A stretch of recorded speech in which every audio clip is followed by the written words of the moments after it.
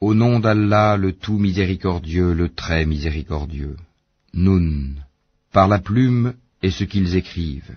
Toi, Mohammed, n'es pas, par la grâce de ton Seigneur, un possédé. Et il y aura pour toi, certes, une récompense jamais ininterrompue. Et tu es certes d'une moralité imminente. Tu verras et ils verront qui d'entre vous a perdu la raison. C'est ton Seigneur qui connaît mieux ceux qui s'égarent de son chemin, et il connaît mieux ceux qui suivent la bonne voie. N'obéis pas à ceux qui crient au mensonge. Ils aimeraient bien que tu transiges avec eux afin qu'ils transigent avec toi. Et n'obéis à aucun grand jureur méprisable, grand diffamateur, grand colporteur de médisance, grand empêcheur du bien, transgresseur, grand pécheur, au cœur dur, et en plus de cela bâtard, même s'il est doté de richesses et de nombreux enfants. Quand nos versets lui sont récités, il dit, des contes d'anciens. Nous le marquerons sur le museau, nez. Nous les avons éprouvés comme nous avons éprouvé les propriétaires du verger qui avaient juré d'en faire la récolte au matin. Sans dire, si Allah le veut, une calamité de la part de ton Seigneur tomba dessus pendant qu'il dormait, et le matin ce fut comme si tout avait été rasé. Le lendemain matin, ils s'appelèrent les uns les autres, partez tôt à votre champ si vous voulez le récolter. Ils allèrent donc tout en parlant entre eux à voix basse, ne laissez aucun pauvre y entrer aujourd'hui. Ils partirent de bonne heure, décidés à user d'avarice envers les pauvres, convaincus que cela était en leur pouvoir.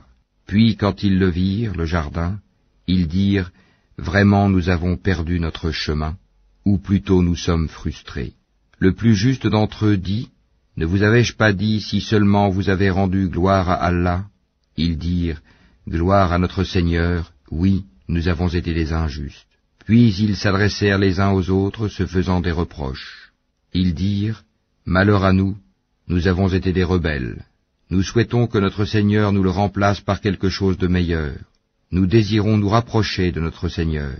Tel fut le châtiment, et le châtiment de l'au-delà est plus grand encore, si seulement ils savaient. Les pieux auront auprès de leur Seigneur les jardins du délice. Traiterons-nous les soumis à Allah à la manière des criminels? Qu'avez-vous? Comment jugez-vous?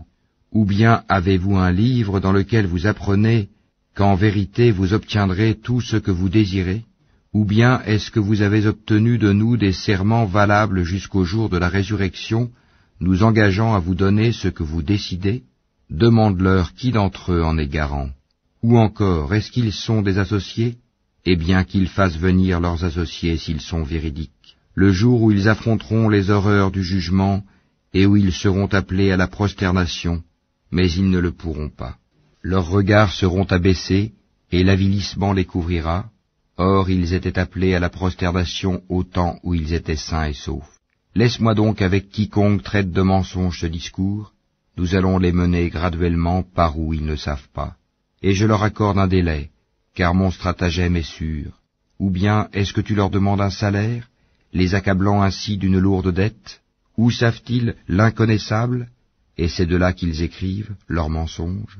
Endure avec patience la sentence de ton Seigneur, et ne sois pas comme l'homme au poisson, Jonas, qui appela Allah dans sa grande angoisse. Si un bienfait de son Seigneur ne l'avait pas atteint, il aurait été rejeté, honni sur une terre déserte.